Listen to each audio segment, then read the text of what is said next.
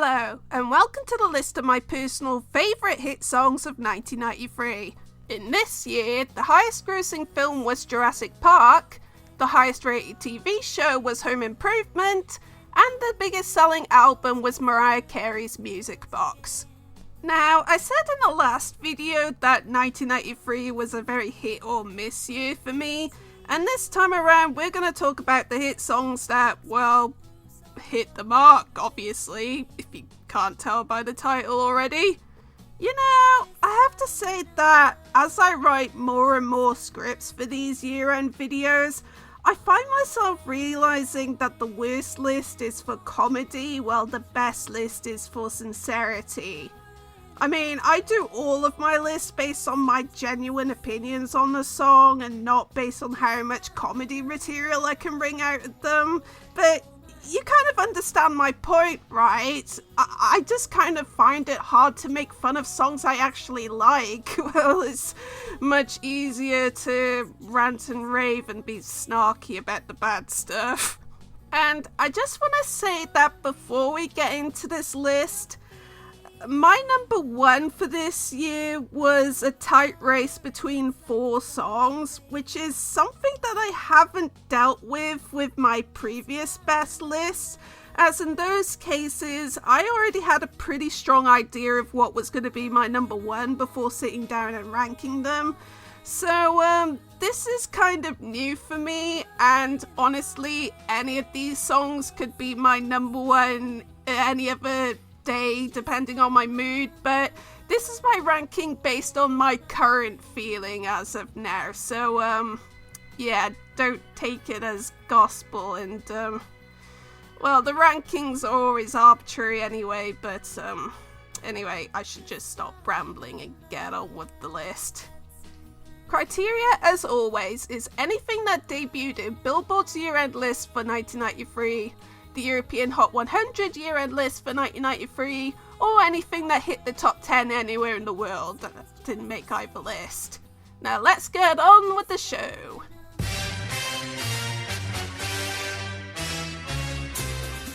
So ask yourself now, can you forgive us? Ah yes, it's probably about time that I talked about the Pet Shop Boys now, isn't it? They seem to be the favourite pop band for a lot of pop nerds of a certain age. Mostly because the band themselves are massive pop nerds and they treated pop music like it was an art form in an almost meta kind of way, which I really appreciate. This song specifically is about some poor schmuck who's hopelessly in love with a girl who treats him like crap, and Neil Tennant is basically trying to get him to snap the hell out of it.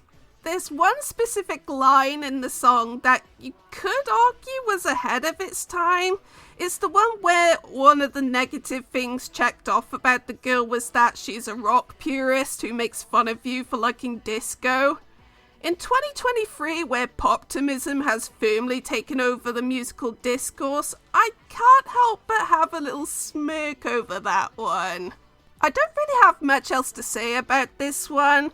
I very easily could have put their cover of Go West on the list, which is arguably better than the original, but I honestly preferred this single over it, and I'd actually go as far as to say that this is one of my favourite Pet Shop Boys singles overall, so yeah, this was a pretty natural pick for this best list.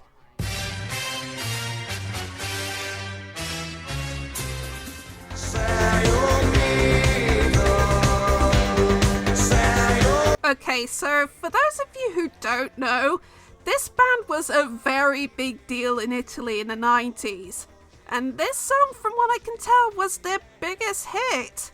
If I was at all smart, I could have put this at number 6 because the word "say" in Italian can also mean the number 6, but whatever. Anyway, like most Italian songs, it tells a story, and in this song the story is a guy who finally snags a date with the woman he's been crushing on for a while, and it goes so well that he almost can't quite believe it. And while some of you might think that sounds stupid, I personally think it's kind of amusing and somewhat charming to me.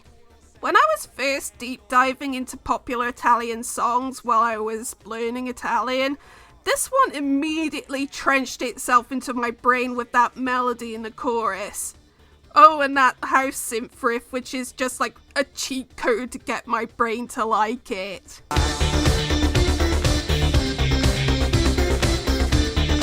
So yeah, moral of the story is, if you want to learn a foreign language, learning through music is a pretty fun way of doing so. Plus, you might find a new favourite song that you wouldn't have discovered otherwise.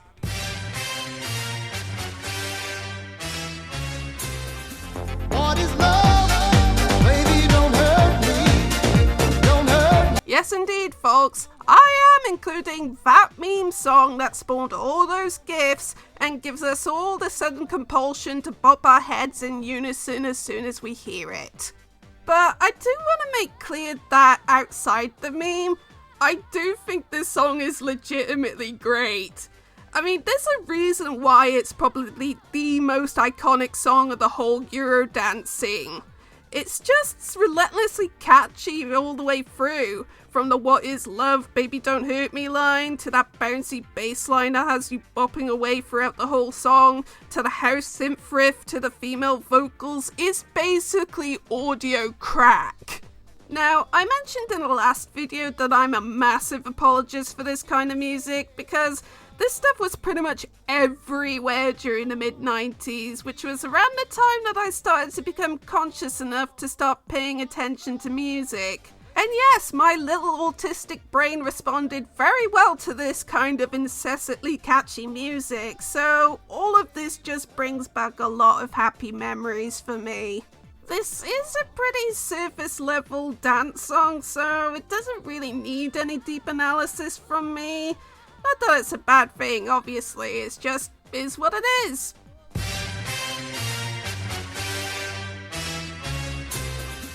If you try walking in my shoes. Yeah, you all probably saw this one coming. I mean, I've made no secret that I am a devotee after all. Now, Songs of Faith and Devotion was a radical reinvention for the band where they incorporated more blues and gospel into their sound, and as a result, the response was somewhat divided. I've seen quite a few non-fans say that this is when the band started taking themselves too seriously. But within the DM fandom, it's considered a huge fan favourite album. Like, even rivaling Violator, if you can believe that. And seeing that it's on this list, you can tell that I very much fall in line with fan opinion. Now, in terms of subject matter, I know that a lot of people think that the whole "I'm only human" excuse is utter bullshit, and I do kind of agree with that.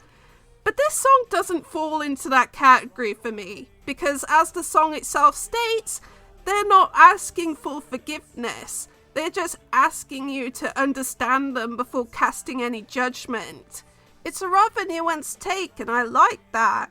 These days, I feel a lot of people tend to see in very black and white terms, but that's honestly not how the world works, and I wish people understood that more.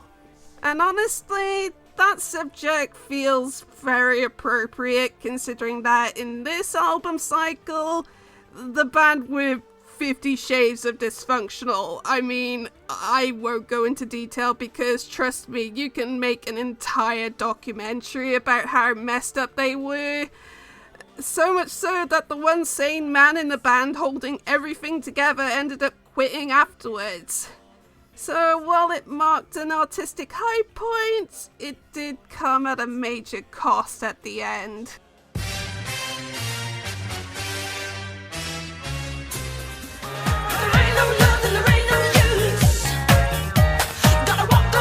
Oh man, I just find this song so groovy. Especially those slap bass sections in the post-chorus. That's some really good stuff right there.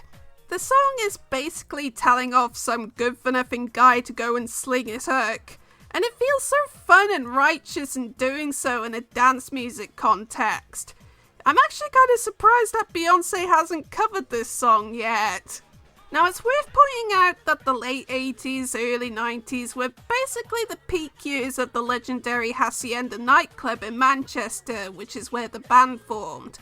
I actually lived in Manchester for a couple of years, and my bus to work would frequently drive past the old Hacienda site, which is now sadly a block of flats. And this song definitely has that kind of slightly indie-friendly dance banger vibe to it. And that last sentence I just made was deliberate, as, believe it or not, this band would later go on to become 2000s indie rock darlings Doves, which is a fact that completely blows my mind. I mean, how do you go from this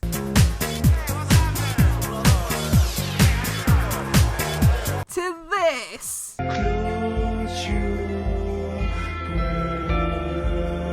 It really is astonishing, isn't it?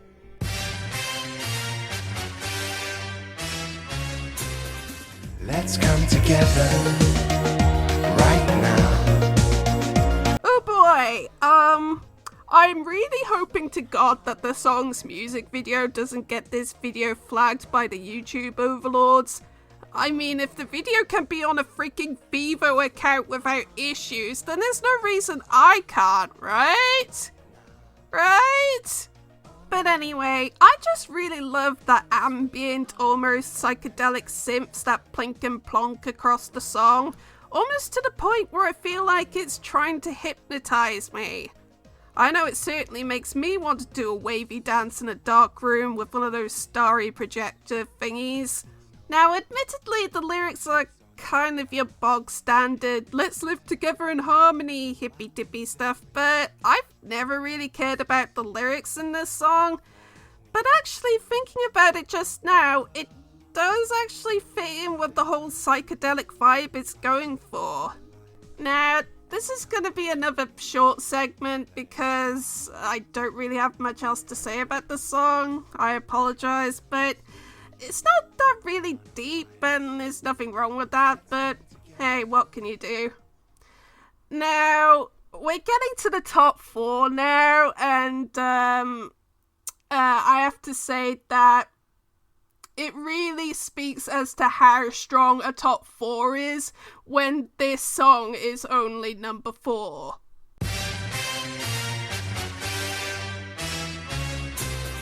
Killing in the name of... What? I hear you ask. This was a hit? Yes, this actually hit the top 10 in Australia. I do kind of feel that's a bit cheating, and for that reason I almost left it off the list entirely. But ultimately I decided to include it as a way to stop people asking if I'm going to put it on my best of 2009 list whenever I get to that one. And for the record, I wouldn't have included it for 2009 anyway, because I kind of have this unwritten rule of not including older songs that were already hits or already had a degree of notoriety before it charted. That's why I didn't make any mention of Running Up That Hill for my 2022 year-end videos. But yeah, this is Rage Against the Machine's most famous song, and one that I think is still very relevant to this day, although, considering the subject matter, I'm not sure whether that's actually a good thing or not. You see, if you somehow don't know what the message of this song is, it's about the institutional racism that's sadly common in American police forces. The fact that we're still having to deal with this crap just shows how important this song still is. Keep in mind that this song was made around the time of the LA riots, when people were first exposed to this issue in the mainstream news outlets. But if I do consider this song so important, then why is it only at number 4? Well, a big part of it is because it's not really my favourite Rage Against the Machine song. Just off that amazing first album alone, I personally enjoy the likes of Bomb Track, Bullet in the Head, and Settle for Nothing a lot more, which is no slight against this song. The album is just that good. If you like political rap rock, then I couldn't recommend this album higher enough. But yeah, I hope you guys can forgive me for this ranking.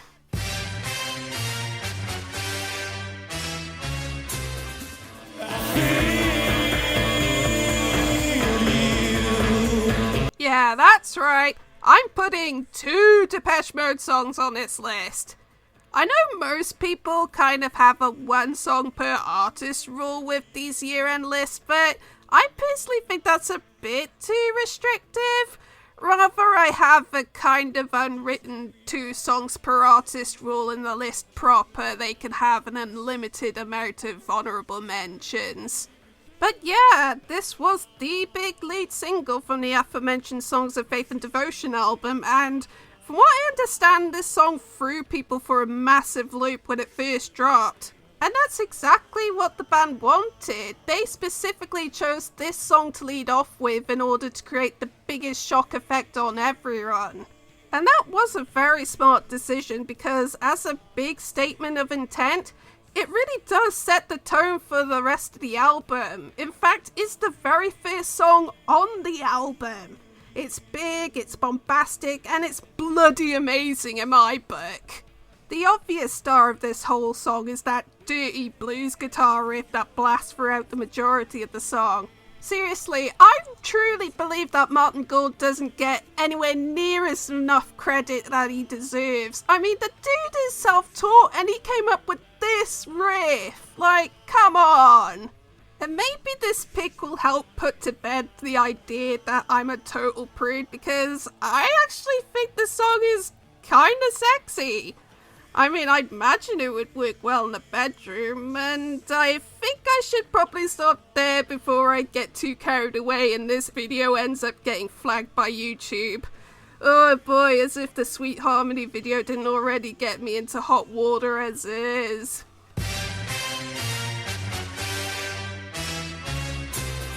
But I won't cry for yesterday. There's another. So, 1993 was the year of Duran Duran's big comeback, and I don't know if this is an unpopular opinion or not, but I personally think this might be my favourite song of theirs, even over their 80s stuff. This song was inspired by the death of a friend of theirs, and it's all about moving on with your life and not dwelling on the past. And to be honest, that's the kind of message I could really do with in my life. Now, I've mentioned before on this channel that I'm someone who has struggled with depression for most of my adult life, and with the world being a giant hot mess at the moment, I tend to fall hard into the trap of, oh, things were so much better when I was a kid and all that kind of stuff, and sometimes I need a good kick up the arse to snap me right out of it. Also, the whole sentiment of trying to find an ordinary world as an autistic person who has felt othered my whole life because of it, yeah, that hits me right in the feels. In a way, I really do have to learn to survive in an ordinary world that a lot of the time I struggle to fully understand, and this song really does serve as a great reminder of that to me. And when you couple that with the big soaring chorus that it has, yeah, you can easily understand why I would like this song so much. And now, here's the part of the video where I do my credit scroll of the way too many songs that I really liked from this year. There are a couple of songs in this list that I actually feel really bad for leaving out of the list proper, but this was a surprisingly strong list, so sadly I couldn't really do much, but hey-ho. So, I think the credits will have finished by now, so yeah, so before revealing my number 1 pick, let's have a quick recap of our top 10.